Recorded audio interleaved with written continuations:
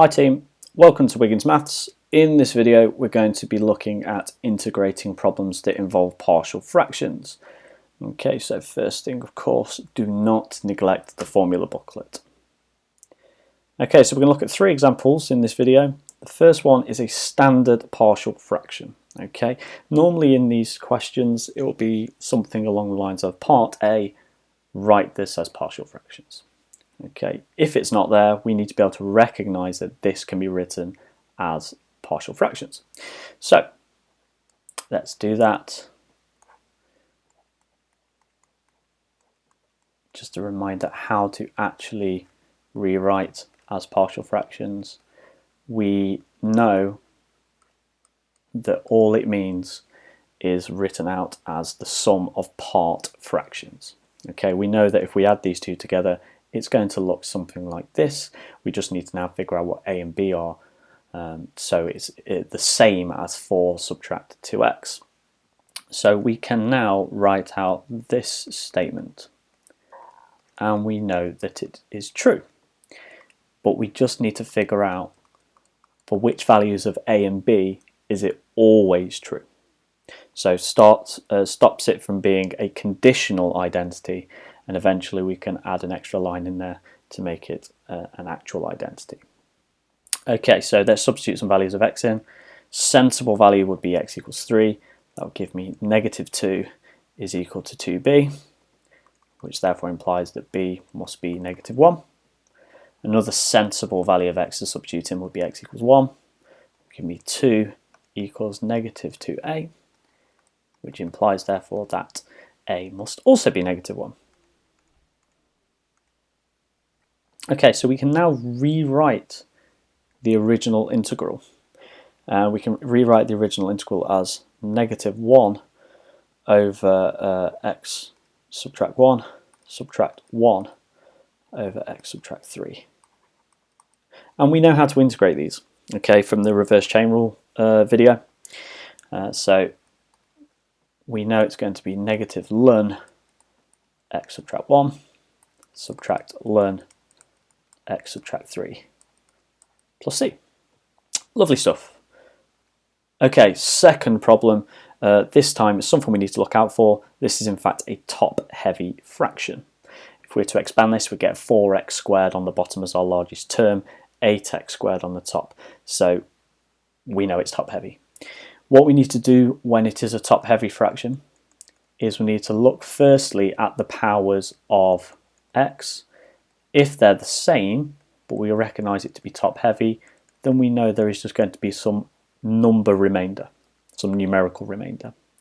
Okay, if the numerator was x cubed in this case, we need to also think about the fact there would be an x remainder as well. So instead of it looking like this, it might look like ax plus b plus c over 2x plus 1 plus d over 2x subtract 1. Exactly the same approach as before. That was the only difference, just that little bit at the start. So we need to find out what values of a, b and c there are to ensure that we maintain this statement of equality, turn it into an identity. So let's try x equals 1/2 would be a good starting point. So when x equals 1/2, we've got 4 on this left hand side, and we end up with just 2c on this side, implying that c must be 2. Okay, let's go for x equals negative 1/2. Still 4 on the left hand side. Squaring a negative remains positive, and that will leave us with negative 2b on this side, implying that b must be negative 2. We've run out of sensible choices. Okay, 1/2 and negative 1/2 were relatively obvious. It doesn't matter what you substitute in, so I'm going to go for x equals 0 because that is easy. So we've got 2 on this side, and on this side we're going to get negative a subtract b plus c. Luckily, we already know what b and c are. So subtract b, so add 2, and that means therefore that a must also be 2. Okay, so now we can actually rewrite the original integral. So it's going to be 2 subtract 2 over 2x plus 1, add 2 over 2x subtract 1 with respect to x. And we know how to integrate each of these terms. So 2 becomes 2x, negative 2 over 2x plus 1 becomes negative ln 2x plus 1. Let's just check. If I differentiate this, it becomes 2 over 2x plus 1. Yep, I'm happy with that.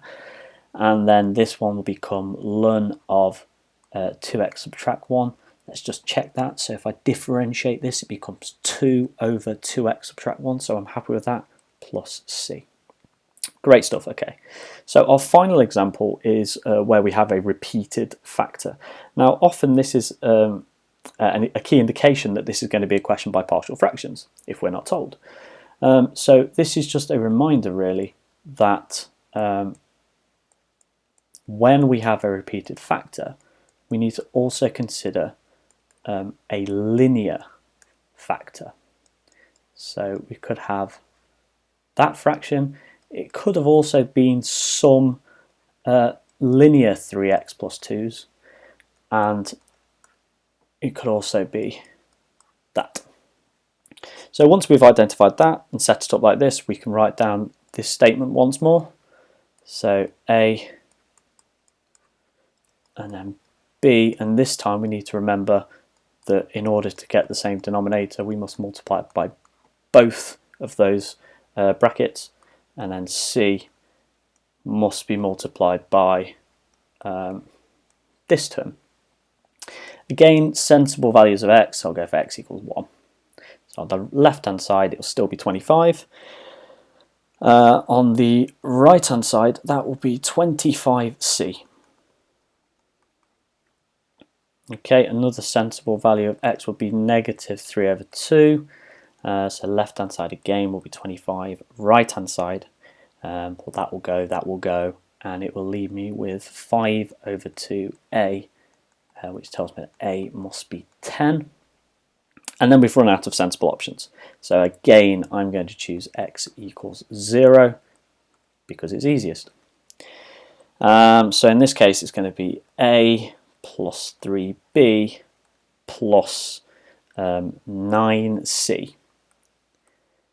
And again, we know what 2 of those values are, so we can write that in. So that's 10, add 3b, add 9, which means b must be 2. Okie dokie, so now we can rewrite that original question. So that original question is now going to become 10 over 3 add 2x squared, add 2 over 3 plus 2x, add 1 over 1 subtract x with respect to x. Okay, a reminder that we should be able to integrate this without any fancy method, and any of our new methods we should be able to do this already. So because that can also be written as 10 bracket 3 plus 2x to the power of negative 2. Okay, so when we integrate this now, it will be negative 5 3 plus 2x to the power of negative 1. We could also write that as negative 5 over 3 plus 2x, of course. And then the other two will be natural logarithmic functions. So ln 3 plus 2x. Now let's just remind ourselves, if I differentiate that, it becomes 2 over 3 plus 2x. Lovely. And then this one here, negative ln 1 subtract x. And that is perfect too.